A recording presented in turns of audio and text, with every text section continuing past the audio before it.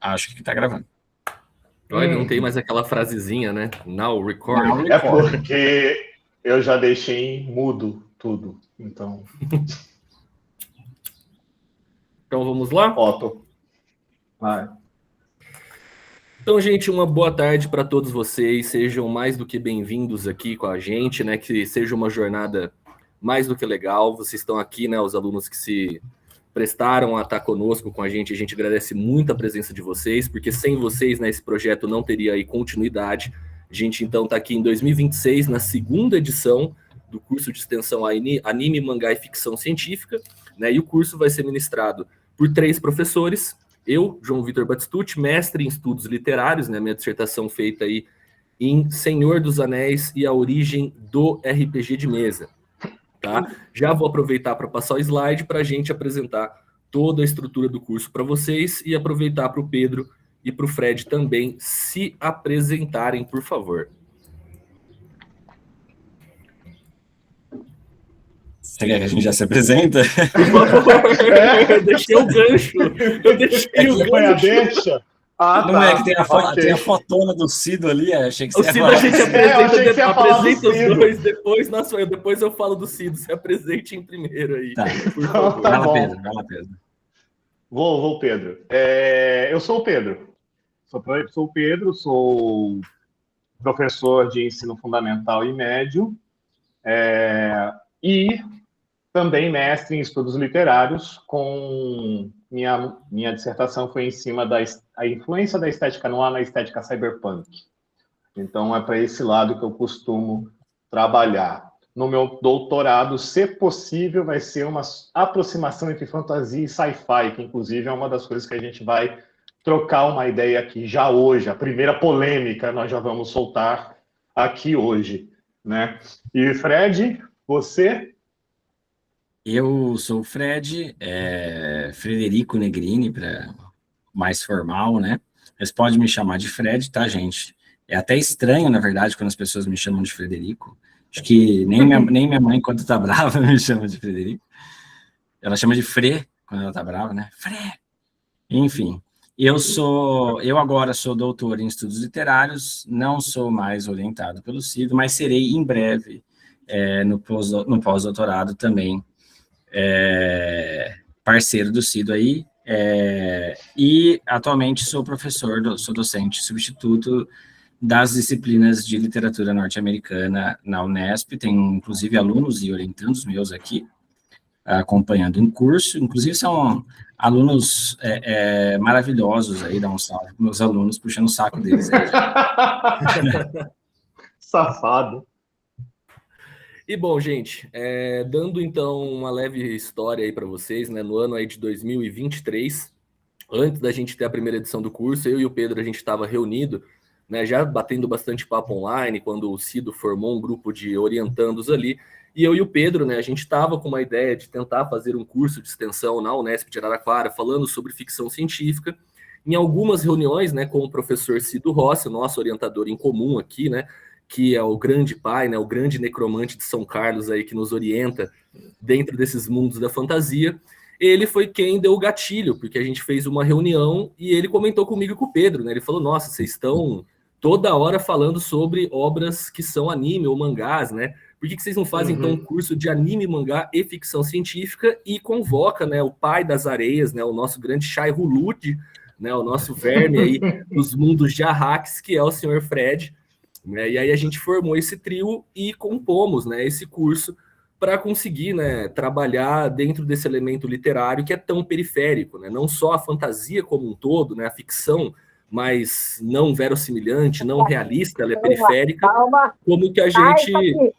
Calma! Letícia, em nome de Jesus, saia! Saia! Sangue de Jesus tem poder. Sai! Tá, conseguimos forçar ela a se mutar aqui. O sangue de Jesus tem poder, vamos lá.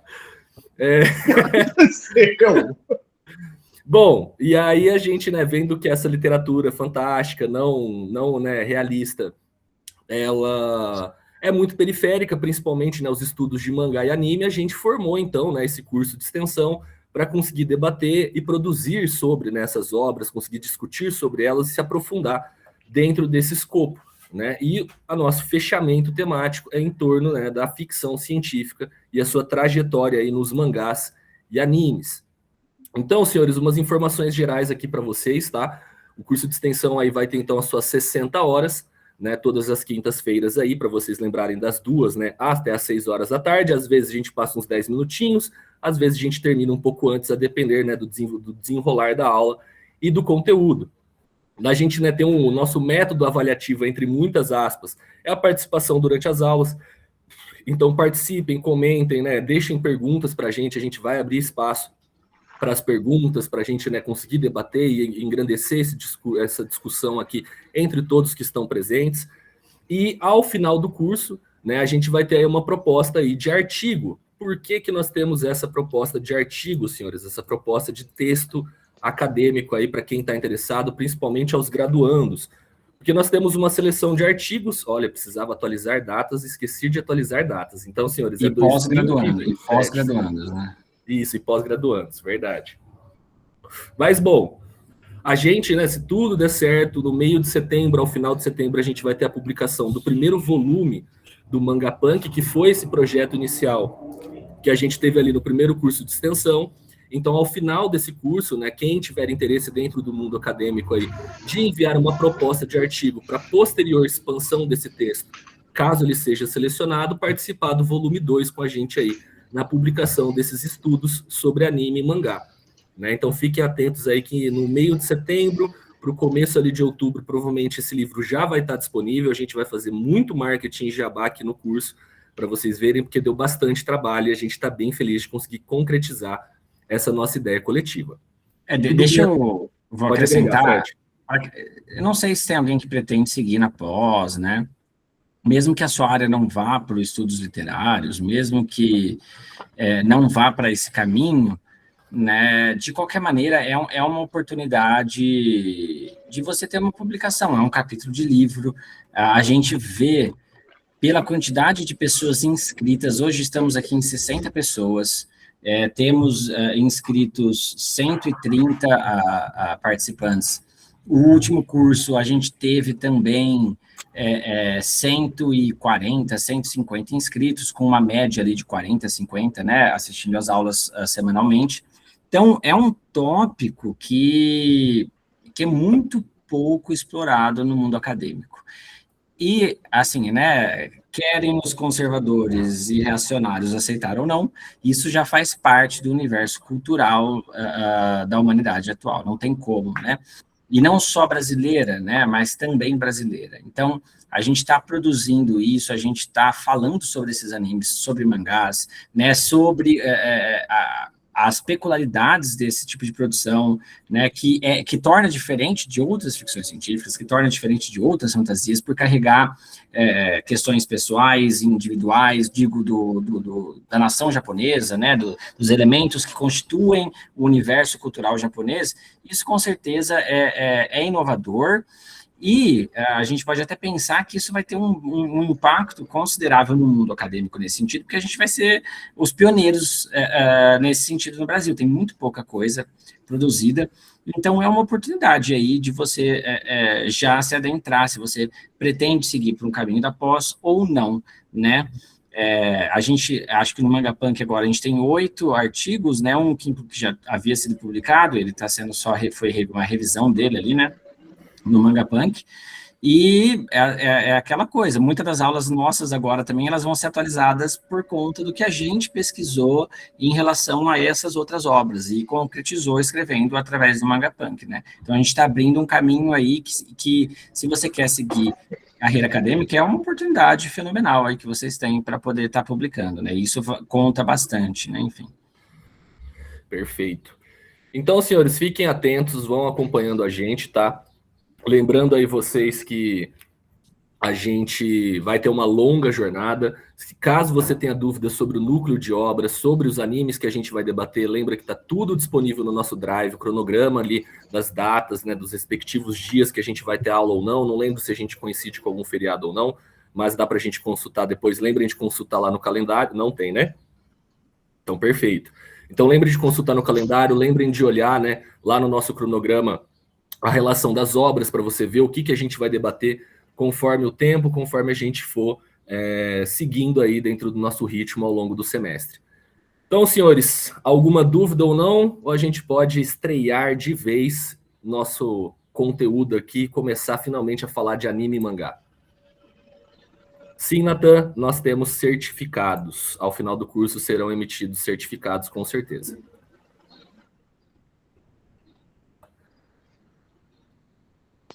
Bruno, vamos só responder a pergunta do Bruno. Você não precisa ser sobre sci-fi. Inclusive, tem artigos do Manga Punk agora que é questionável se a obra é sci-fi ou não é, tá? Então, não precisa. Sendo anime ou mangá, ou, né, eventualmente até produções de cinematográficas, por exemplo, orientais, eu acho que tudo isso dá para entrar no balaio, tá? Então, não precisa ser do gênero da ficção científica, não, tá? Perfeito. Então, vamos lá, então? Mais alguma dúvida? Opa! Ó, respondeu o Pedro aqui também. A gente vai, depois que o Google Meets gera um arquivo, né, da gravação, e aí eu tenho que jogar esse arquivo para o YouTube, dar upload nele. Às vezes acaba demorando, porque o YouTube fica caçando coisa para poder tentar pegar, né, o vídeo e tirar ele do ar. E sobre a presença, vocês entraram aqui, a gente recebe um relatório depois de quanto tempo vocês ficaram, né? E aí, claro, a gente, óbvio que não vai ficar encanando que a pessoa, mas também, né, enfim, não abusem também. E aí depois, a partir do e-mail de vocês, vendo que vocês estiveram numa parcela considerável da aula, a gente só faz uma contagem da presença e depois gera esse relatório para a reitoria gerar o certificado. Certo. Então, vamos dar seguimento. Então, senhores, aqui na nossa introdução, né, nessa primeira aula, a gente vai fazer algumas definições básicas, afinal, não é todo mundo, né, que está habituado dentro do mundo acadêmico, então a gente vai dar algumas conclusões, algumas definições, para depois a gente desconstruir elas pesadamente, tá? Então, não precisam ficar preocupados, tá? Quem é mais leigo, quem está muito fora deste mundo, a gente vai contextualizar tudo para depois descontextualizar e desconstruir o que a gente falou, né? Promover um debate bem interessante. Depois nós vamos aí passar pela trajetória do senhor Osamu Tezuka, não tem como, né? O grande deus dos mangás, como se fala aí. E aí a gente inicia a nossa jornada passando por diversas obras. Então a primeira coisa importante, já entregando no colo do senhor Fred e Pedro, né? É uma definição básica do que a gente pensa enquanto ficção científica, né? Uma definição mais generalista aí. Como a gente disse, a gente faz essas definições básicas para depois vocês entenderem as nossas desconstruções ou problemáticas em cima de algumas definições. Mas vamos lá então, senhor Fred e Pedro. O que é ficção científica, né? O que a gente pensa aí de ficção científica enquanto gênero. Inclusive, eu acho até, você comentou isso, mas é até engraçado, porque eu estava revendo a última aula que a gente, essa mesma aula que a gente deu 2 anos atrás, né? E vai para caminhos que a gente não espera às vezes, né? Mas enfim, vamos lá. É maravilhoso isso, inclusive, né? Enfim. E eu só lembrei. Essa é a beleza de aula, né? Ainda mais tem, como somos 3 professores também, isso acaba criando uma dinâmica que a gente acaba até trocando ideia, né? Vira quase um mini podcast que vocês participam também. Mas enfim. Para quem teve aula comigo esse semestre, talvez vai até falar, não, de novo isso, né? Mas, enfim. Então, vamos lá. A gente está partindo aqui de um pressuposto, né, gente, que a gente precisa definir o que é um gênero, né? O que é um gênero literário? Da onde surge um gênero literário? O que vem primeiro, o gênero ou a obra, né? Isso são questões que a gente sempre precisa estar discutindo, né? E até uma coisa que eu estava conversando, passando distopias para os alunos essa semana, né? E a gente tem, acho que a gente tem um sério problema enquanto humanidade, que a gente quer encaixar tudo em caixinhas, né? E a gente tem essa necessidade de que tudo se conforme às caixinhas. E aí vem a arte, vem o artista, e ele fala, quer saber essa caixinha? Vamos jogar ela para longe, vamos explodir essa caixinha, vamos jogar uma bomba atômica nessa caixinha, vamos jogar o segundo impacto nessa caixinha. Essa caixinha nunca vai ser suficiente para poder definir o que é arte, né? O que faz aquela arte ser daquele tipo. E ainda mais, eventualmente, a gente vai chegar, né, lá para o final do curso, em obras que elas são obras que realmente fica difícil de você simplesmente bater o martelo e falar, essa obra é ficção científica, essa obra é fantasia. Será? Né? Será que são as duas coisas, uma coisa ou outra? Né? Então, a gente tem que tomar um cuidado, né, muito grande em confundir abstrações humanas com a realidade concreta, né? E gêneros são abstrações humanas. E para quem assistiu Ghost in the Shell, tem um conceito muito interessante no Standalone Complex, que eles puxam ali dos pós-estruturalistas, que chama um simulacro de segunda ordem, né? E um gênero literário não é nada mais do que um simulacro de segunda ordem, ou seja, é uma abstração que ela é criada já a partir de outras abstrações, que são os próprios textos, ou as próprias obras que a gente assiste, certo? Então a gente procura... Fala, Pedro. Até porque raramente você vai ter uma situação em que o gênero vem como uma caixa pronta para você explorar, né? Geralmente você tem um grande apanhado de obras que está todo mundo meio que fazendo ao mesmo tempo, e lá para frente, posteriormente, a galera olha, não, peraí, tem um negócio aqui em comum e tal, e vai reunindo, né? E vai abarcando. Que sempre o que essas obras têm em comum, né? Exato. E que, ao mesmo tempo, é um outro recorte, né? Porque essas obras têm em comum também algumas outras coisas que ela tem em comum com outras obras de outros gêneros. Então, qual recorte que você faz para estabelecer que esse gênero é esse gênero? Qual o recorte que você assume? Essa parte é importante. Em algum nível, esse tipo de, como o Pedro colocou, em algum nível é importante para a gente entender, tá, né, onde a gente consegue colocar, de qual maneira, aonde não se encaixa, né, então, a gente traz aqui para começo, tem esse texto, ele está no Google Drive, né, então esse texto, ele está lá no Google Drive, tem 2 páginas, ele é bem curto, do Darko Suvin, né, que é um teórico, um dos primeiros teóricos ali, estruturalistas, que vai, de fato, tentar trazer uma definição da poética da ficção científica e, então, categorizá-la enquanto um gênero, né? Quais são as características que diferenciam, ou, de acordo com ele, né, diferenciariam a ficção científica da fantasia, do mito, do conto popular, ou até do realismo. Olha, eu cliquei sem querer para negar a pessoa que ia entrar. Eu tava falando, deixa comigo. Eu vou até avisar, porque era a Carol, inclusive. Desculpe, gente. Vetada. Proibida de acessar, não vai fazer parte do segundo Fred, eu tô assistindo aqui com Vinha e eu ia entrar para pegar presença, pô, não sabia que eu tava vetada. Desculpa. Você não vai fazer parte do segundo impacto. Beleza, eu acabei de mandar. Eu vou entrar aqui de novo. O João aceita, porque fazer 2 coisas ao mesmo tempo não dá bom, viu, gente? Enfim. Então, né, a gente está partindo aqui do Darko Suvin, né, que é esse teórico, e aí ele tenta trazer uma definição prévia do que seria a ficção científica. Nós 3 aqui, João Vitor, Fred, Pedro, a gente concorda com essa definição? Não. A gente não concorda, deixamos isso claro, tá? Mas existem situações que ela é aplicável, tá? Existem situações que essa definição é aplicável, e existem obras que funcionam dentro dessa definição dele. Só que é uma quantidade muito pequena das obras que a gente, como um todo, chamamos de ficção científica, né? Então, ele parte, ele vai dizer... também com um recorte ideológico específico, né? Também tem a questão do recorte ideológico específico, ocidental, que ele está buscando e tudo mais, que é uma coisa que a gente vai ver ao longo aqui do curso.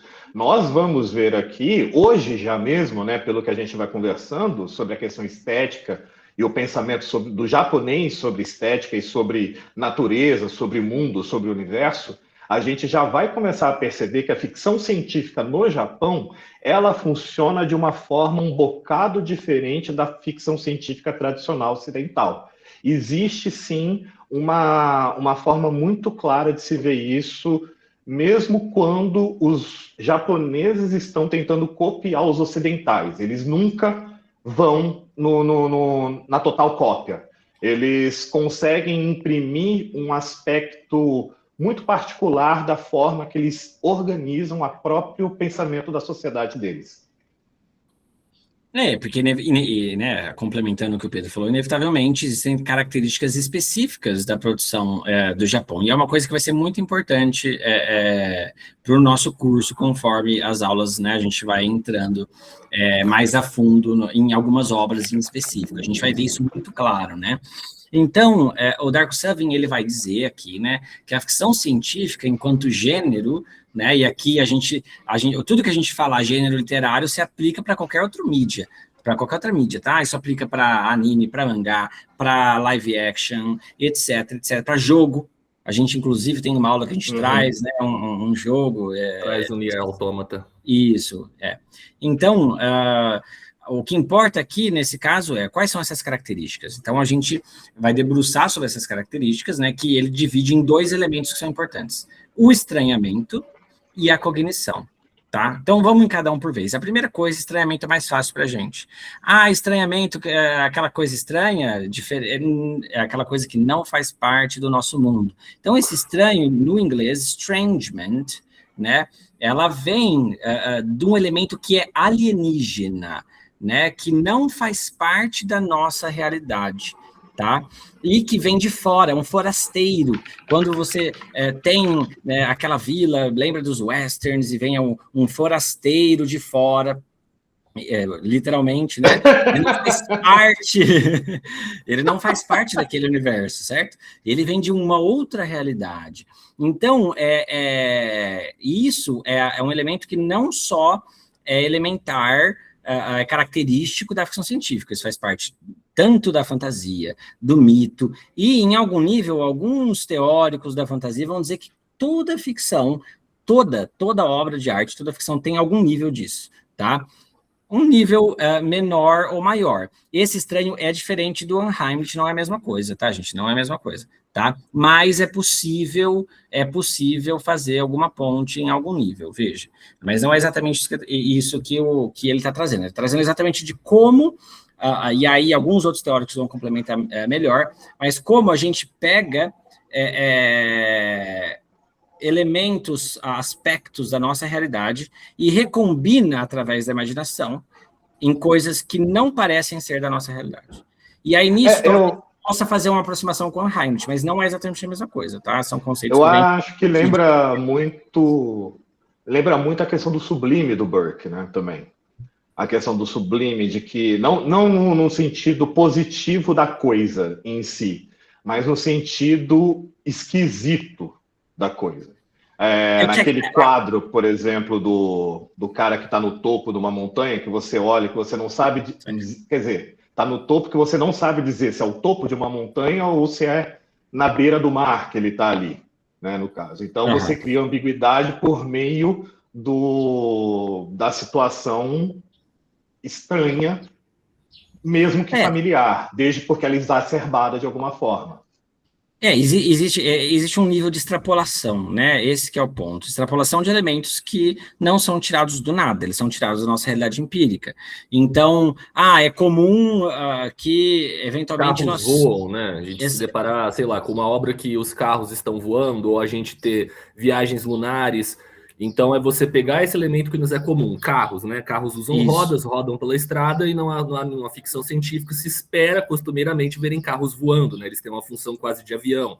Esse estranhamento da tecnologia, os celulares estão conosco, mas aí numa obra a gente tem esse elemento de acessar a internet com um plug que coloca atrás da nuca. Então, ele faz essa recombinação de fatores utilizando a nossa realidade como referência para esse material. Mas toda porque não tem como a gente tirar do nada, né? Desculpa te interromper, João, mas é exatamente isso, porque a gente não tira nada do nada, né? As coisas não surgem do nada, elas vêm de algum lugar, né? Então a gente só recombina esses elementos. E aí eu ia dar o exemplo do Evangelion, né? A gente tem os anjos, que são nada mais do que alienígenas, são criaturas que vêm de outro planeta, mas em algum momento civilizações humanas tiveram contato com outras criaturas humanas que vieram de outros lugares, que parecem ser outros planetas, né? Mas que no final das contas estavam dentro do planeta Terra. Então, a gente amplifica, diminui, transforma, reconstitui, recombina esses elementos e cria uma coisa nova que não faz parte da nossa realidade empírica, né? Se eu bem falasse... quimérico, né?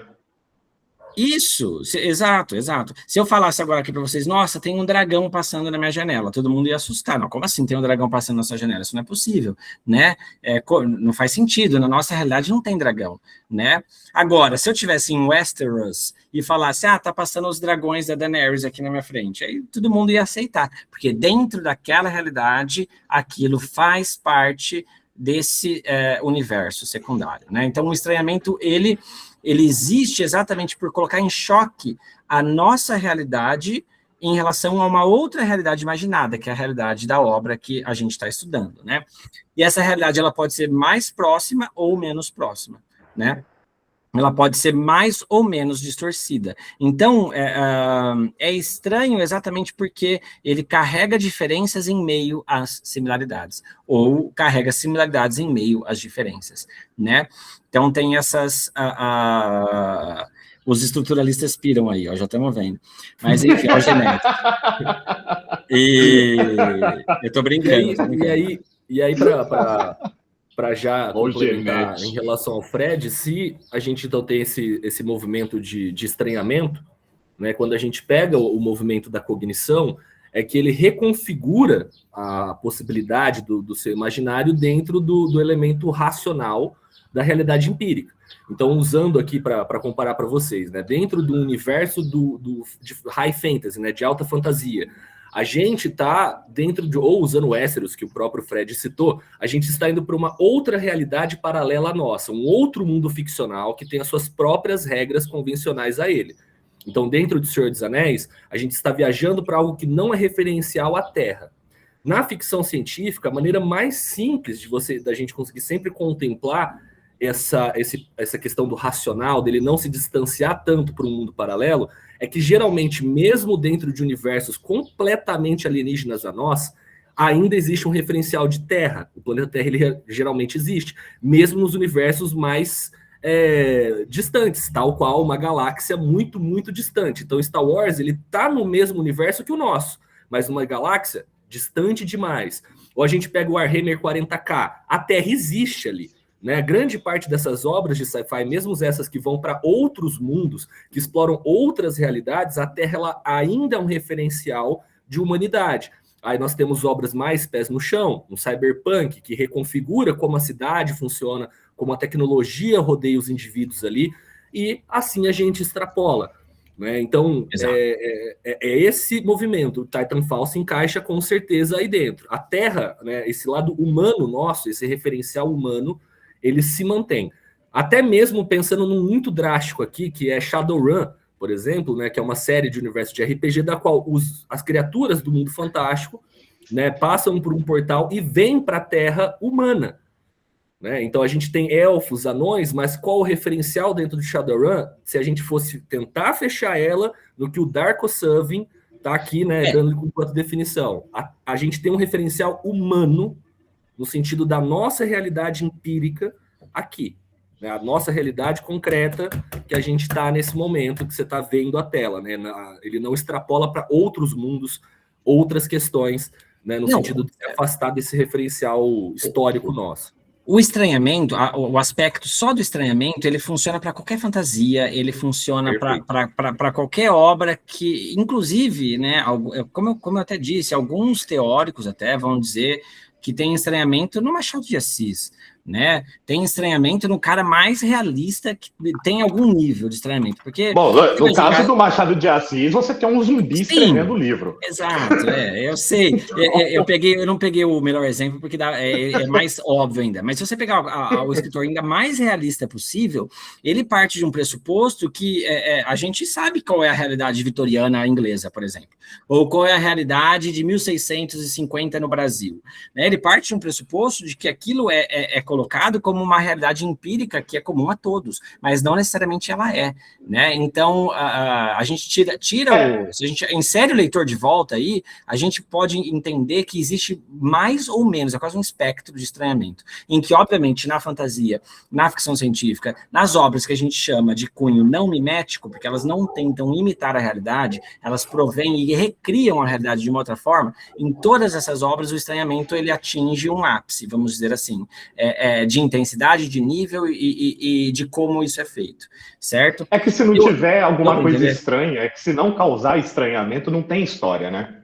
Não tem o porquê ter história. É a vida. É o que a gente está fazendo. A história que vale a pena ser contada é aquela história que foge do padrão. A gente estava falando do realismo aí no caso, por exemplo. A própria ideia do realismo é uma visão distorcida da realidade. O realismo, ele não se propõe a retratar a realidade como ela é. Ele se propõe a retratar uma versão horripilante da realidade como ela é. E aí você vai nesse processo de distorção, e aí, lembrando aí do ensino médio, nós estamos no cortiço, que o cortiço é um bando de gente agindo que nem um animal da forma mais caricata e escrota possível. E então você tem, dentro do realismo, já uma caricatura de uma sociedade que não corresponde à realidade da coisa. Então, sempre vai ter um espectro de estranhamento. O grande lance aqui, esse estranhamento cognitivo, sim, de certa forma, né? Porque você tem que se propor a pensar em outros contextos, em outros aspectos para entender. A gente vai chegar no cognitivo agora, tá, Carlos? Não definimos esse aspecto ainda, tá? Então, que é o que diferenciaria, de acordo com o Darko Suvin, a ficção científica do mito, que é o que diferenciaria a ficção científica, de acordo com o Darko Suvin, da fantasia, do próprio realismo, do conto popular, etc, etc, né? Ou aproximaria, no caso, né? Enfim. Então, esse estranhamento, de acordo com o Darko Suvin, tá, gente? Vamos deixar isso bem claro, né? Então, de acordo com o Darko Suvin, esse tipo de estranhamento que a ficção científica promove é um estranhamento que é pautado em potencialidades reais a partir do nosso conhecimento científico e que sabemos que essas possibilidades são de fato possíveis, né, devido a como existe um desenvolvimento cognitivo, racional em como a gente entende a realidade. E aí, se você for pensar, isso cabe muito para um tipo específico de ficção científica em que o escritor dessas obras, ele era um cientista. Então, a gente tem o Asimov, por exemplo, né? Aí o Asimov vai lá e ele pensa, eu vou aqui escrever todo um livro a partir de conceitos que eu mesmo desenvolvi e que eu acho que eles podem ser reais desde que a gente tenha tais e tais e tais e tais e tais condições, né? Então, o primeiro ponto que a gente já vai discordar um pouco aqui do Darko Suvin é que ele assume que exista uma realidade pronta para ser desvelada com as suas leis prontas e que nós, seres racionais, vamos descobrir a universalidade desses algoritmos e desses axiomas que definem a realidade como ela é. E, portanto, se a gente sabe para onde ir, obviamente, esse cientista escritor que está especulando a partir das suas próprias teorias, ele pode realmente prever possibilidades que a gente potencialmente atingiria enquanto humanidade, caso desenvolvamos esse tipo de conhecimento ou esse tipo de tecnologia, né? Então, só que veja como isso é problemático. O próprio Asimov, que é uma das bases que o Darko Suvin desenvolve o pensamento dele, ele tem uma noção no Fundação, que é a noção da psicohistória, que é extremamente questionável e determinista, e que boa parte dos cientistas hoje acham que é uma grande balela, né? A gente tem um exemplo clássico da Mary Shelley, que é o exemplo que eu sempre dou, né? Quando a gente tem lá o Frankenstein, todas as adaptações do Frankenstein, em que there's a sparkle of life, tem aquele choquezinho da vida, ele junta corpos diferentes, quase um necromante, junta corpos diferentes e dá um choquinho, ele reinsere a vida, aquela criatura acorda. E isso era pautado num momento, o povo estava saindo fazendo experimentos e dando choque a um monte de corpos de insetos, corpos de criaturas, e aquelas criaturas se mexiam. Olha só, será que se a gente dar choques em corpos mortos, essas criaturas podem voltar à vida, né? Naquela época, uau! Será que isso é possível? Parece potencialmente possível, né? Foi até cacofônico aí. Redundante. Parece que isso é factual. Nossa, vamos dar choque em criaturas e elas vão voltar à vida. Hoje, a gente tem certeza que isso é uma grande balela, né? Que não dá para simplesmente sair dando choque em cadáver e eles vão voltar à vida, entendem? Né? Mas, no caso do médico e o monstro, se você tomar os remédios certos, você fica realmente uma fera gigantesca e agressiva. Bom, mas é verdade. Então, senhores, o que dá para a gente pensar da ficção científica nessa definição do Dark Survey, e como vocês já estão vendo, a gente vai desconstruindo essa visão e contemplando vários autores ao longo, né, é que esse processo de cognição se fecha em torno do nosso real. Ao mesmo tempo, então, que ele se opõe ali, né, ao elemento do sobrenatural, e a gente coloca esse sobrenatural dentro da categoria de pensar na magia, essa magia de elfos, né, usando o exemplo mais clichê para vocês associarem aí e ter essa facilidade de compreensão, é pensar em elfos, anões, né, pensar na Terra-média. Então, esse afastamento desse mundo da fantasia, essa fantasia medieval que rodeia aí o nosso imaginário popular, né, principalmente nerd, e esse meta-empírico. O que é o meta-empírico? Aquilo que não está lidando com a nossa realidade. Estamos em outro mundo, onde a Terra não existe, esse mundo teve outra fundação, outra trajetória histórica, outros povos, etc, etc.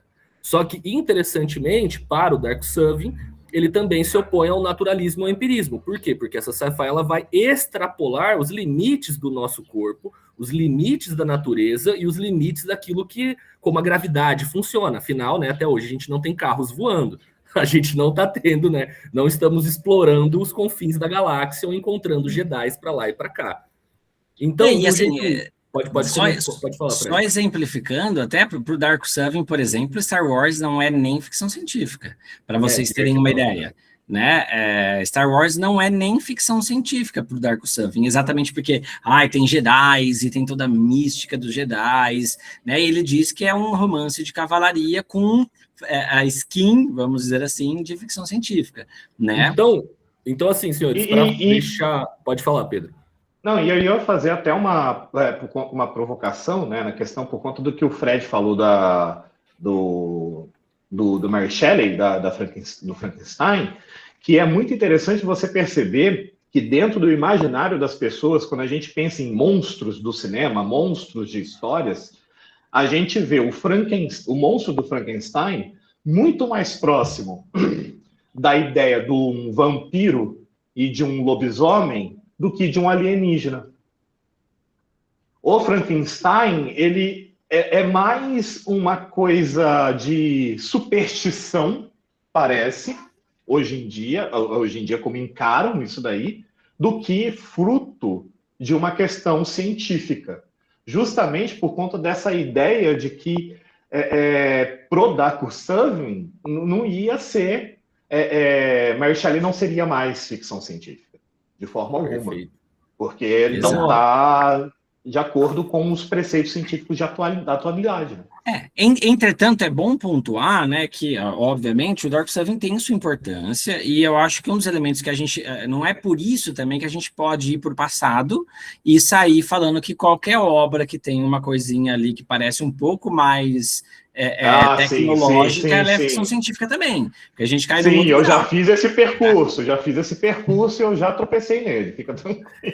Então, e a gente cai nesse buraco, porque senão a gente cai nessa ideia de que, olha só, então tudo é sci-fi? Não, calma lá. Existe uma prática humana que ela nasce no mundo moderno que a gente chama de ciência. Antes disso... É uma fantasia com elementos, digamos assim, próximos ao pensamento racional, mas não é ficção científica. Quando surge a ficção científica, quando geralmente se faz a separação entre mito e ciência, né? Antes disso, eram os alquimistas. Antes disso, era uma galera que, sim, tinham preceitos diversos conhecimentos científicos e pesados, tipo Isaac Newton. Isaac Newton, ele era um alquimista de mão cheia e tinha a tentativa de provar que a Bíblia era factualmente científica e real, né? E ao mesmo tempo que ele é o cara que revolucionou a física moderna. Então, você tem esse caminhar entre os dois, só que quando você tem, aí a partir do iluminismo, evidentemente, né, essa secularização, vamos pôr assim, Perfeito. da ciência. Se a gente... deixa eu repetir, deixa eu responder o Gabriel.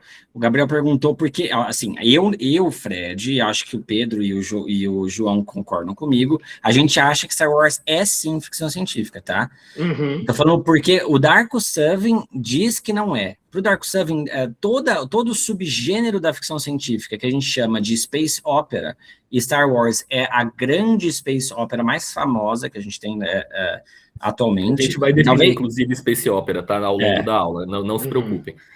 Porque, de acordo com o Darko Seven, a Space Opera, toda a Space Opera é nada mais do que uma reconstituição do mito sem ter nenhuma base empírica, científica, racional na sua construção de especulação do que é possível. Então, a gente vê, as naves, elas viajam na velocidade da luz. A gente, na época que Star Wars saiu, a gente sabe que na velocidade da luz a gente vai demorar milhões de anos para chegar na outra galáxia, né? Então, não faria sentido dentro do nosso conhecimento do universo. A força é uma coisa absurda. Exato, parsecs, né? Então... são entre outros elementos, é claro, né? Quando o Darko Seven escreveu isso, obviamente a gente não tinha o universo expandido de Star Wars, né, etc. Se a gente for pegar o próprio planeta lá, o Coruscant, é um planeta que ele é uma metrópole inteira. Assim, se alguns data centers já estão acabando com a temperatura no planeta Terra, imagina uma cidade inteira que é concreto, né? Assim, não ia ter temperatura que aguentasse, né? Então Então, para a gente fazer uma diferenciação que, inclusive, guardem este momento aqui no fundo da memória de vocês, porque como o Fred pontuou, pelo menos os 2 últimos encontros, nós vamos entrar em obras que vão questionar muito forte, tá? Essa estrutura que a gente está colocando aqui. Então, não se esqueçam disso. Então, se a gente for fazer uma diferenciação bem generalista, para depois a gente cacetar ela no futuro, tá? Na fantasia, então, nós temos o elemento mágico, enquanto na sci-fi é o elemento da ciência. Então, na magia, se usa, né? Solta uma bola de fogo pela mão, você aparata, você faz um Wingardium, um Leviosa. Na ciência, se justifica com o braço mecânico, né? Com o campo gravitacional que eleva, né? Aquela estrutura. A gente vai falar muito de Akira aqui, então guardem, né? Porque a sci-fi adora. Nossa, olha aqui, não é fantasia porque eles são telepatas. É um nono sentido, né? Dando até spoiler de falas que o Pedro vai puxar com força. E a gente, então, tem um elemento do sobrenatural, que é o quê? Essa experiência, né, das criaturas mágicas, dos dragões, das fadas, dos guerreiros, dos magos, enquanto na sci-fi se justifica através da razão, né? Então, essa razão é que vai construir essa realidade. Então, tudo é baseado dentro desse eu científico. Então, a fantasia é, na realidade, meta-empírica. O que isso significa? Ela se passa em outro planeta, em outra criação, né? A gente usando a Terra-média como exemplo mais, né, famoso aqui para todo mundo entender, onde a gente está na Terra-média, não é a Terra. Ela tem sua própria cronologia, sua própria história, sua própria criação, seus próprios deuses. Enquanto aqui nós estamos no campo da especulação, que é pegar a nossa realidade, especular sobre as possibilidades, principalmente dentro do que a gente pensa enquanto tecnologia, aonde a ciência pode nos levar. Então, na fantasia, tudo se justifica pelo mágico. Não significa que a resposta seja funciona porque é magia. Geralmente, né, os autores eles vão se justificar ali. Os deuses fizeram, né, essa bênção. A magia funciona por causa de uma pedra mágica, mas ele tem sempre uma regra em torno de algo que não envolva ciência. Enquanto na sci-fi é sempre essa hipótese. Se nós temos uma perna mecânica, no cyberpunk vai enfiar um canhão. Eu tenho um braço mecânico, vai colocar uma lâmina. Né? A provocação que eu deixo para vocês, na hora que eu terminar essa conclusão, vocês vão ficar felizes. Um exemplo que o Pedro deu da última aula que eu acho sensacional é, na fantasia, o tapete voador tem propriedades mágicas, ele é abençoado. E né? Na sci-fi, o tapete voador tem pulso eletromagnético. Qual vai ser a minha provocação? E vocês, alunos, que reflitam aí. Pensem somente sobre Full Metal Alchemist, um leve spoiler de uma das nossas últimas aulas aí, para vocês verem onde se encaixaria, né? Porque ele fica no meio caminho. Não, e outra, eu posso até colocar mais uma, né? Que é uma piada que rola, é o pau que rola na internet aí, que urânio é uma pedra que brilha e te dá poder infinito e destrói cidades. E aí? Isso está onde? Isso está ele permite, é uma pedra mágica que permite que você enxergue dentro das pessoas. Faz sentido. Entende? A maluquice que é isso? Olha a porcaria. Outra coisa, avião. A física não faz sentido. Avião, ele vai rápido. Se ele for muito rápido, o ar vira uma rodovia. Que coisa é? Que isso? Como assim, cara? Como assim? Não faz sentido. Se você para pensar. Mas faz. Só comentar, desculpa, mas o Carlos falou, né, tem a definição de sci-fi hard e sci-fi soft, tá? Eu odeio. A gente vai entrar nisso, tá? Mas, assim, um dos pontos geralmente, e isso é um dos problemas dessa definição do Darko Seven, porque o Darko Seven, ele parte de um pressuposto que é muito alinhado a uma perspectiva que ainda domina o nosso fazer científico, né? Uma perspectiva positivista, por exemplo, que julga que a psicologia não é ciência, que a antropologia não é ciência, que sociologia não é ciência. E a linguística, ela está sempre com medo de ser julgada por esses das ciências duras, que ela tenta até se esquivar e transformar tudo em algoritmo, em axioma, para poder ser aceita pelas ciências duras, né? Então, isso é uma dicotomia que não precisa existir na ficção científica, né? E nós temos exemplos de ciências que são soft sciences, que são exploradas por obras que são claramente ficção científica, como Duna, por exemplo, né? Que é um grande exemplo, e que não há uma pessoa que não ache que Duna seja ficção científica, né? Ainda sendo ficção científica, ela explora as ciências mais soft, digamos assim, que não são ciências duras, que não necessariamente têm respostas exatas para a realidade. E que é um ponto, que é um problema que a ciência dura ela esquece também, né? Que os seus algoritmos, os seus axiomas, eles não são a realidade, né? Eles são abstrações humanas usadas, criadas para poder explicar o funcionamento de certas coisas, mas nunca é possível que os algoritmos da realidade expliquem a realidade como um todo. E isso é provado, inclusive, por um matemático, né, que é o Gödel. Só que, assim, geralmente eles esquecem e ignoram esse lado, né? Então, a gente bate um pouco no Darko Seven exatamente porque ele tem essa perspectiva de falar, olha só, em algum momento, as nossas ciências exatas, elas vão encontrar o algoritmo que dá origem para a realidade. E, a partir desse algoritmo, a gente vai conseguir fazer tudo, manipular toda a realidade. Mas isso daí já caiu, assim, tanto em desuso. Porque, olha só, dentro da própria definição do Darko, o cenário inteiro cyberpunk não entraria em ficção científica. Porque a base do cyberpunk não é científica. Você não tem nada ali no cyberpunk que realmente seja científico. Não, hoje nós temos aí vivendo e tal, mas o que a gente está vivendo não é necessariamente a integração completa do jeito que a gente estava imaginando de virarmos máquinas ou coisas assim do tipo.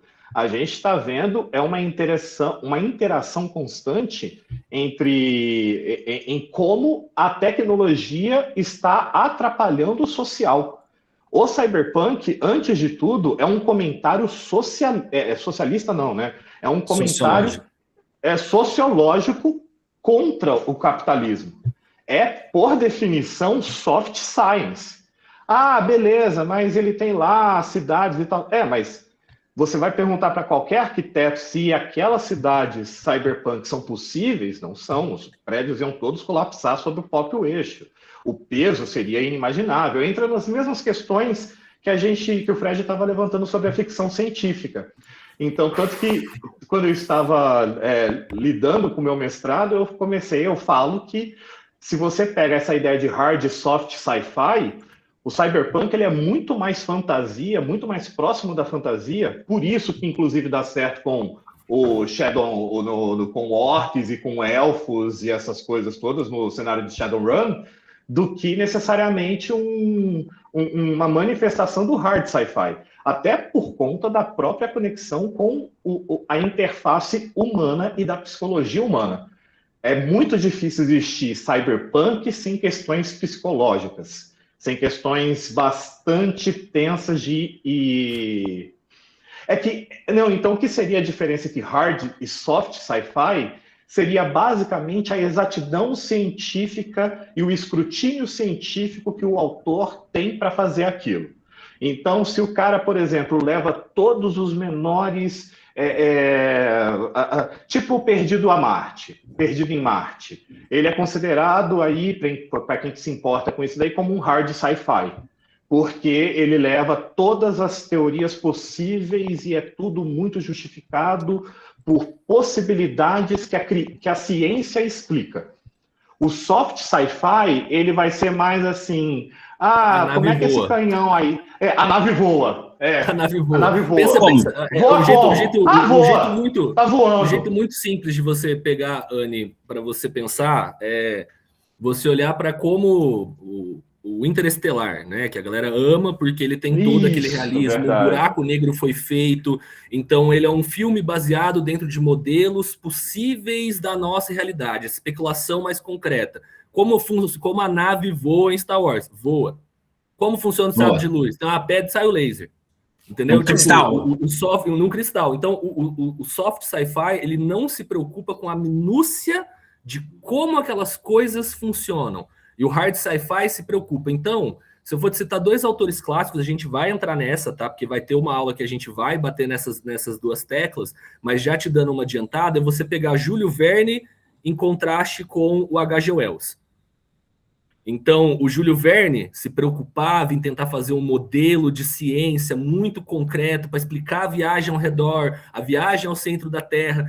O H.G. Wells veio uns bichos de Marte aí e tá matando a humanidade.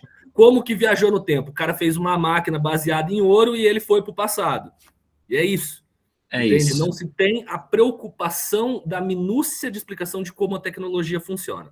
Tá E veja como aí a isso gente pode dizer, inclusive, que a Mary Shelley é o meio termo entre esses 2 extremos aí, né? Do A.G. Wells e do Júlio Verne. Porque a Mary Shelley, ela tenta explicar um pouquinho e tal, ela dá uma explicação, mas não é tão profunda quanto o que as teorias da época diziam sobre a eletricidade, como ela funcionava. Assim, olha só como é engraçado, como isso vazou para a fantasia.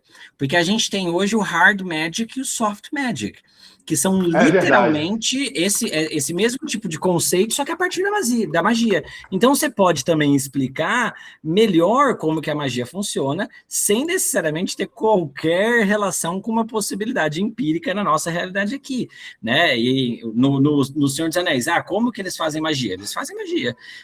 No Mistborn, como que é a magia? Não, porque o ouro, quando você come, queima o ouro, você ganha tal habilidade. E anime é doido para fazer isso. Aliás, muitos animes eles criam toda uma aura de tipo Jujutsu Kaisen. Ele passa uma primeira temporada inteira falando assim, nossa, porque o poder é isso, que não sei o que lá, que você levanta aqui, que você doa isso, daí que você pega lá e da segunda temporada para frente é grito, voando e porradaria, só Dragon Ball. Entende? Então, assim, cria-se um sistema, cria-se uma ideia, cria-se um negócio que depois é abandonado completamente. É um problema de consistência da obra também, mas vamos senhores, vamos lá então. Então é o seguinte, senhores, antes da gente entrar então nos mangás, né, a gente falar das obras de sci-fi, é interessante a gente pensar, né, na trajetória desse estilo de arte, para a gente compreender aí um pouco, né, de como os mangás surgiram para a gente chegar finalmente no nosso autor Osamu Tezuka e a gente conseguir traçar ali uma possibilidade, né, de início da ideia de ficção científica dentro das produções japonesas. Então a gente tem uma arte aí que é milenar, tá bom? Datando aí do século XII, né? E aí a gente vai ter toda essa trajetória. Então, senhores, o primeiro registro que nós temos histórico aí dentro do Japão, né? Primeiro registro não, olha eu esquecendo que a gente faz algumas definições básicas. Então, senhores, antes de entrar na trajetória histórica, vamos lá definir algumas coisas para falar dos mangás historicamente. O que a gente chama de gênero, né? Ou melhor, né? O que os otakus, né, dentro da comunidade aí, informalmente nós chamamos de gênero, na verdade é uma divisão de público, tá? Então, quando a gente fala, nossa, mangás shounen, né? Eu gosto de mangá shounen, geralmente você associa, né, a ideia de mangás de lutinha. Você vai pensar em Naruto, Dragon Ball, né, Jujutsu Kaisen, Chainsaw Man, etc, etc. Mas no Japão, isso é um recorte de público. Shounen são revistas para garotos. Então é mais direcionado para o público masculino. Shoujo, um público direcionado para o público feminino, e o seinen, que é associado para mangás de adultos. Esse eu acho um gênero, é uma polêmica que eu acho bem engraçado, porque a galera fala, não gosto de ler shounen, mas eu amo seinen, porque são mangás sérios, são animes que, nossa, são violentos, etc. Só que olha o contraste que eu coloquei ali. Dentro do seinen eu tenho Berserk e eu tenho Nana, né? Por quê? Porque ele é mais diverso. Então, isso é só para quebrar, né? A gente fazer uma leve brincadeirinha, porque a gente associa muito a um recorte de gênero e, na verdade, é um recorte de público, né? E no que os mangás vão se diferenciar dentro da sua proposta artística, né? Que é a representação do improvável. O que vai diferenciar do modelo hollywoodiano, do modelo, né, estadunidense, quando a gente pensa em quadrinhos, principalmente pensando nos quadrinhos Marvel ali, a gente guarda Marvel, né, os contos da cripta, mais antigamente, né, aquelas Weird Tales que eram publicadas, que é o quê? Nos quadrinhos, geralmente, né, você tem um foco na ação. Então você não tem um foco na vivência comum daqueles personagens. Por mais que a gente possa pensar em alguns momentos, sei lá, de entrosa entre o pessoal da Liga da Justiça, ele sempre está caminhando nos heróis fora de uma esfera da realidade. A gente não vale colocar aqui, João, desculpa, deixa eu só fazer. O Homem-Aranha mesmo, ele é uma grande revolução dos quadrinhos justamente por mostrar o dia a dia do Peter Parker. Então a gente tem aí uns 30 anos de história, que é a tal da Era do Ouro, a Era de Ouro, né, dos quadrinhos, Superman, Batman, Capitão América e tal, que era só porrada e bomba. Depois, só com o Peter Parker que ele começou a ser um dia a dia ali, dele trabalhando, dele voltando da faculdade, da escola. Por isso que puxa tanto público, inclusive, né, o Homem-Aranha. Então, senhores, lógico, né, no que nós estamos comentando aqui é uma definição geral. Lógico que vão existir as suas exceções. Então, nós temos esse foco nas suas ações. A gente, então, tem um herói fora do real. Você não vê tanto Bruce Wayne, você vê mais Batman, você vê mais Superman, você vê mais a Mulher Maravilha nesse foco de ação. Enquanto nos animes, a gente tem essa atenção aos pequenos detalhes. Por isso que tem tantos animes que se passam, né, dentro de exames escolares, né, animes que estão dentro aí do gênero do Slice of Life, mas mesmo os que estão fora desse eixo, a gente pensar em um Naruto, um Dragon Ball, que são animes que extrapolam muito fora do eixo do real, a gente ainda tem uma rotina, a gente ainda tem acesso a um lado humano do herói que a gente acompanha. Nada exemplifica melhor isso do que o Denji em Chainsaw Man, né, começando ali tendo que comer lixo e buscar um jeito de ganhar dinheiro, né? A gente jamais imagina um herói da Marvel tendo esse nível de contexto. Existem as exceções, por favor, não venham me crucificar. Eu gosto também dos quadrinhos estadunidenses, tá? Então, o que os japoneses vão fazer geralmente, né? Eles vão exagerar as ações ao ponto do melodramático, que eles vão pegar, então, essa coisa minimalista. A gente vai pegar, por exemplo, o exemplo que eu coloquei ali, que é o Shokugeki no Soma, né? Que é um anime de cozinhar, e elevar isso à 10ª, 20ª potência. Por quê? Porque é um anime sobre cozinhar. Só que aí ele vai colocar o quê? Vários elementos melodramáticos, caricaturas, exageros nas expressões e os próprios monólogos internos que os personagens têm dentro daquele elemento rotineiro. Então, né, tecnicamente pensando, a gente sempre vai ter um trabalho, e é importante a gente alcunhar isso aqui, né? Me fugiu, inclusive, o nome do autor do Lobo Solitário, mas ele é quem, né, inova tecnicamente e vai influenciar os quadrinhos norte-americanos, que é essa construção dos desenhos através de elementos cinematográficos. A gente já vai ver isso, inclusive, no Sr. Osamu Tezuka, que é o quê? O foco no silêncio. Muitos momentos que você não tem fala, você só tem a expressão. E se a gente for olhar para os quadrinhos da Era de Ouro dos Estados Unidos, principalmente os quadrinhos ali da década de 40, 50, 60, onde a gente tem a presença muito forte de balões de fala, muita exposição, né? Muito movido pela ação da cena, enquanto nos mangás, né, se valoriza muito mais esse silêncio, contemplar da imagem. Um exemplo de mangá que eu posso colocar para vocês é, né, o mangá de Blame, onde se você encontrar um balão de fala, você vai passar lá 30 páginas sem ver outro balão de fala muitas vezes, certo? Então, senhores, entendendo os mangás, a gente vai para a trajetória histórica, né, como eu havia falado para vocês previamente. Então, nós temos aí, né, um registro aí no Japão antigo, né, datado do século XII, né, que é o Toba Sojo, né, o autor aí, que tem os pergaminhos animais ou Shojugiga, né? Que são esses pergaminhos aí de animais, né, antropomorfizados, fazendo várias atividades humanas, né? Fazendo toda essa brincadeira. Nós temos então essa arte que era chinesa sendo introduzida ao Japão, né? O Japão absorvendo essas referências desse tipo de humor, né? E havendo esse registro, esses pergaminhos estão no Museu de Tóquio para você conseguir ver eles, né? Que é o que se considera o começo dessa ideia de, né, fazer narrativas através do desenho. E não só isso também, né? Também começa-se a ideia de existir uma coisa chamada Japão, né? Porque quando você pega a história humana do Japão, é muito recente a ocupação das ilhas, né? Você tem o povo mais ao norte lá, que é considerado o povo indígena japonês mesmo, o nativo, que são os Ainu. Isso. São os Ainu, que são os índios, vamos pôr assim, dos japoneses, e os japoneses como um todo, os principais japoneses, eles são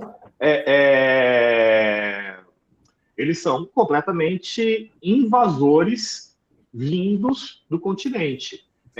Invasores no sentido de que eles atravessaram ali por volta de 8, 9 mil antes de Cristo e tal, quando estava tudo gelado, quando dava para fazer, e ficar naquele conjunto de ilhas ali. E, a partir daí, o Japão vai se desenvolvendo e vai se desenvolvendo muito aos poucos, muito paulatinamente, e sempre com influência estrangeira. Essa influência estrangeira, não coincidentemente, vem da China, grande maior parte do tempo vem da China. O budismo, que é introduzido mais ou menos nessa época, vem da China, né? Esse Zen budismo. O alfabeto, os kanjis japoneses, vêm também da China. Ele vem sempre com todo esse aspecto artístico da China sendo introduzido no Japão. Não só isso, as leis também são mais chinesas. Eles tentam copiar a China, porque tem até uma relação que depois o Japão vai meio que se vingar, vamos por assim dizer, quando ele tem as possibilidades dele, que é a China durante muito tempo ficou chamando o Japão de anão. Era alguma coisa assim, anão de merda, eles tinham um nome ruim para Japão, que foi aí que os japoneses começaram a pedir para ser chamados de terra do sol nascente, né? Do Nihon, no caso. E aí eles vão desenvolvendo dessa forma e começa-se a Idade Média japonesa já com uma grande carga cultural vinda da China. Perfeito. O que mais tem aí? Deixa eu ver. Então, seguindo sobre o Zen budismo, né? Um próximo passo que nós temos aí, né, é com a chegada dos Estados Unidos, né? Com a abertura aí dos portos, que foi feita com muito amor, né? Foi feita com muita solicitação por parte dos Estados Unidos, que só apontou o canhão para o Japão e falou: ou você deixa a gente adentrar, ou a gente explode você. E com a chegada, né, dos Estados Unidos, a gente vai ter, né, também junto com eles as primeiras impressões em madeira, né, que vão entrar ali por conta do capital, o barateamento dessa técnica que vai ser amplificada.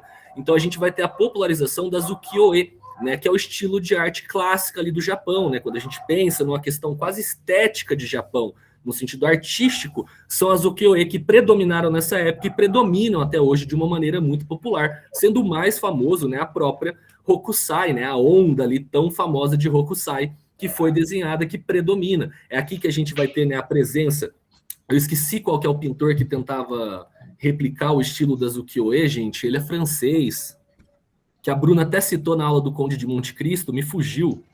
Enfim, nós temos, né, pintores que vão ter contato, pintores internacionais famosos que vão ter contato com esse estilo artístico e vão buscar representar esse estilo. E é onde o Japão começa-se, né, a adentrar no imaginário ocidental. Tá? Vale lembrar uma coisa, que esse aspecto aí dos Estados Unidos chegou para abrir os portos do Japão dentro de um processo imperialista norte-americano, e que o Japão ele estava fechado para influência estrangeira há pelo menos 300 anos. Você tem uma série recente agora que saiu, esqueci o nome da série, a gente está bem hoje, hein? Como é que é o... Shogun? Ele representa... Shogun, perfeito. A série Shogun, que ela tem uma boa representação histórica do período, e foi justamente nesse período que levou os japoneses a fechar os portos para os ocidentais. Os ocidentais eles só chegavam por uns portos específicos, e os cristãos católicos chegaram lá e fizeram bastante coisa. E que isso não agradou os japoneses. Inclusive, você tem arcos em várias histórias de mangá, uma das mais famosas é o Rurouni Kenshin, em que você tem samurais cristãos, que é uma coisa real, que aconteceu no Japão, e que os japoneses como um todo não estavam vendo como uma coisa boa essa influência cristã, católica principalmente, dentro do Japão. Então eles passam a faca em quem puder passar disso daí, perseguem mesmo, matam mesmo, porque eles viam com muito estranhamento a ideologia de final, né, de apocalipse que existe dentro do conceito cristão. Enquanto que eles têm uma visão que bom, as coisas sempre vão estar aí, tá ligado? Sempre, nunca vai acabar. É um ciclo, né? E isso causa um estranhamento muito grande que faz com que eles fechem. Então você tem aquele período áureo dos samurais, que é sempre muito referenciado em tudo quanto é obra e tal, que no 1600, 1500, 1700, isso daí é tudo sem influência estrangeira, ou um ou outro estrangeiro chegando por os portos do sul. Depois que entra os Estados Unidos com os canhões gigantescos deles, eles não só levam os canhões, como eles levam toda uma constituição, toda uma forma de governar, todo um jeito de organizar exército que vai preparar o Japão para as aventuras no continente asiático que ele vai... para os amigos que ele vai fazer. Para os amigos. Em seguida. Então, senhores, ali no século, né, no século XVIII já, nós temos, né, a popularização de um estilo de histórias, né, dando um salto através dessa popularização das imprensas ali de madeira, né, que é a popularização das kibiyoshi, ou também conhecidas como capas amarelas, que são séries ali que contam fábulas, né, pegam lendas ali clássicas do folclore japonês, do mito japonês, e adaptam em forma, né, de humor e sátira, principalmente para as crianças. Tá? Alguns, lógico, vão ser banidos pelas autoridades por eles aproveitarem para tirar sarro, né, dos senhores feudais ali que ainda estavam no Japão, né, nos shoguns, enquanto a gente ainda já estava tendo o conflito do shogunato. Então, né, esses quadrinhos ocidentais vão ser, inclusive, né, inspiração para essas kibiyoshi. E aí o nosso salto, né, os principais influenciadores aí para a formação do que a gente vai chamar de mangá, vai ser, né, o Charles Wingman, ou Charles Wachman, né, que fazia aí notícias, né, para Londres sobre o Japão enquanto ele vivia. Elas eram preto e branco já, Bruno, também, mas chamavam de capa amarela pelo estilo, né, de impressão que era feito na época. Então, né, esse correspondente aí londrino vai fazer uma revista, né, naquele estilo de humor britânico para a comunidade estrangeira de Yokohama. Né? Então ele fazia essa sátira sobre, né, ali o Japão, sobre, né, os contextos políticos, sacaneando líderes políticos, nessa revista, né, que é o The Japan Punch, ali de 1873 ali para antes, né? Então, nós vamos estar aí recheado dessas caricaturas junto com o senhor, né, Jorge Ferdinand Bigot, né, que também vai ter a sua revista, também fazendo essas caricaturas, satirizando, né, o governo japonês. O que o Bigot vai, né, junto com o Charles, vai introduzir no estilo de arte do mangá, né? Eles utilizavam balões de fala e faziam imagens em plano sequencial. Então, eles compunham uma narrativa e inseriam as falas dentro de balões para representar, né, as expressões dos personagens, as suas falas e pensamentos. Quando, né, então, através dessa influência aí, os artistas vão começar a utilizar o lápis em vez do pincel para compor, né, os seus desenhos, tendo aí a revista bem famosa ali do século XIX, né, que é o Maru Maru Shimbun, né, que é uma revista da época que é inspirada no estilo ocidental, mas feita por japoneses para satirizar também do cenário político. Então eram essas charts, né, que a gente tinha o costume de ver em jornais que se manifestavam ali. Quando a gente chega no século XX, aí a gente vai ter dois autores bem famosos, né, o Rakuten Kitazawa e o Ipei Okamoto, que vão, né, adaptar esse estilo americano para o público japonês, né, criando uma história, né, a primeira serialização, a primeira história em sequência, publicando então vários capítulos, né, com curtas histórias, mas tendo, né, uma continuidade narrativa. Era uma aventura, né, se chamava, né, As Aventuras do Pequeno Show, contando a trajetória, contando pequenos causos ali para as crianças dentro dessa rotina mais infantil, dessa brincadeira. Tudo bem até aqui? Certo. Então vamos lá. Aí, senhores, começam as adversidades históricas, né? Graças à Revolução Russa, o senhor, né, Karl Marx encontra espaço dentro aí, né, das histórias em quadrinho do Japão, tá? Então vão surgindo aí vários artistas, né, japoneses que vão criar a Liga Artística do Proletariado Japonês, né, formando essas revistas de esquerda, né, por exemplo, no Sancha Shimbun, né, que vai ser, né, um atrito com o ultranacionalismo. Então eles vão surgir como uma oposição a esse Japão imperialista que está se formando, já está em formação e está começando, né, a ambicionar ou já está visitando seus queridinhos amigos na Ásia, né, formando ali uma grande amizade com os chineses, né, com o Vietnã, né, promovendo todo aquele amor que a gente já sabe. Ironicamente, as primeiras vítimas do Japão imperialista são justamente os alemães em ilhas que eles tinham ali no Pacífico. Foram os primeiros a serem invadidos, né? Ironicamente, né? Fica a ironia, né? Então, senhores, esses artistas serão perseguidos, né? Mas a gente consegue ter um acesso a um registro de uma primeira obra de ficção científica. Então, né, um primeiro conteúdo de sci-fi inspirado por esses conteúdos ocidentais. A gente já tem que pensar aqui que a gente já tem o Sr. H.G. Wells ali escrevendo, nós já temos o Júlio Verne. Graças a essa abertura dos Estados Unidos ao Japão, o Japão começa a ter acesso a essa literatura ocidental, né? Então vai haver essa explosão dos mangás, né, para as crianças ou para o público adulto. Qual que vai ser, né, a primeiro grande registro que a gente chama aí, que é o Kansen Tanken, né, ou Expedição a Marte, de Noboru Oshiro, que ele forma essa pequena nave, né, junto ali com algumas crianças e viajam a Marte para conhecer os marcianos, né, esses alienígenas que viviam nesse outro planeta. Então isso seria aqui a nossa possível primeira obra de ficção científica. Mas eu ia comentar que tem uma utopia comunista antes da Revolução Russa, que ela é literalmente um cientista indo para Marte para descobrir que tem lá uma civilização que vive num estado comunista, etc, etc, né? Só trazendo para... O famoso planeta vermelho, né? Red Star, Estrela Vermelha.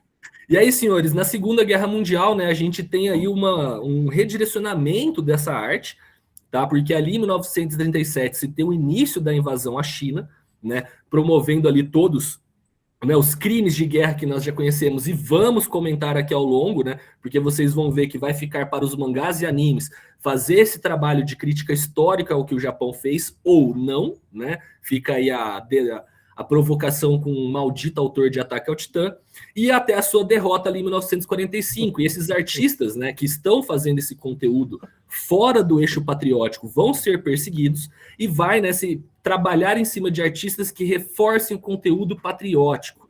Então, né, nós precisamos que esses artistas façam o quê? Que aliviem o que está acontecendo na Ásia e que coloquem justificativas para que para se ver esses países sendo liberados das ameaças estrangeiras para serem, estarem sobre o grande patrono do Japão e confundir, logicamente, as linhas inimigas. Então, eles fazem esses panfletos que, como vocês podem ver no próximo slide, eles não tinham nenhum conteúdo, problemático.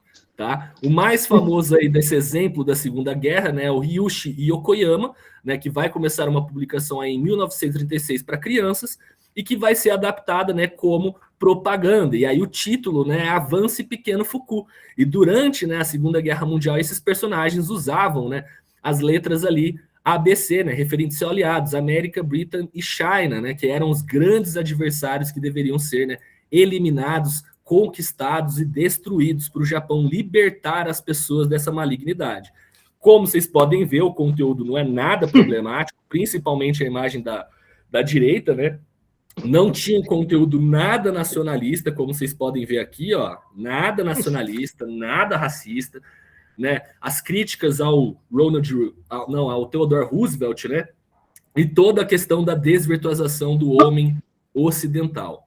Onde a gente tem Pode falar, Pedro. Uma coisa importante é que quando você tem essa galera aí na Segunda Guerra Mundial japonesa, na Segunda Guerra Mundial e o Japão participando, eles já destruíram a Coreia, eles já invadiram a Manchúria, eles já estavam descendo o sarrafo em todo mundo ali.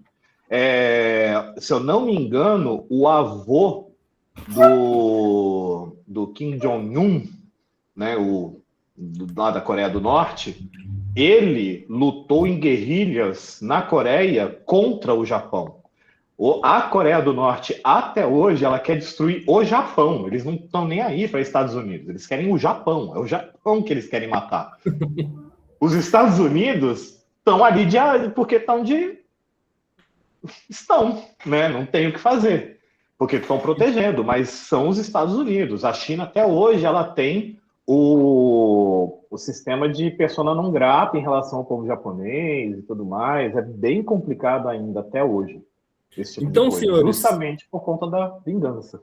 Dentro dessa trajetória histórica, o que a gente pode tentar capturar, num sentido mais geral, sobre o Japão, sobre esse pensamento japonês, aí sobre a sua maneira de modelar as histórias, ou modelar a maneira de pensar narrativamente, de pensar da nossa maneira de abstrair, dentro de formular narrativas, formular histórias. Enquanto que, dentro da filosofia ocidental, dessa ideia geral, a gente tem um apagamento da experiência corpórea, essa ideia de que a gente deve ser, manter a racionalidade ao máximo para modular a nossa realidade, formular essa experiência através daquilo que nós imaginamos. O pensamento japonês ele já tem um caráter material e corporificado de todos os níveis.